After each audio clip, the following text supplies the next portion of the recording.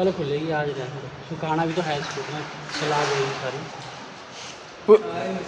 आज कम से कम सफाई होगी।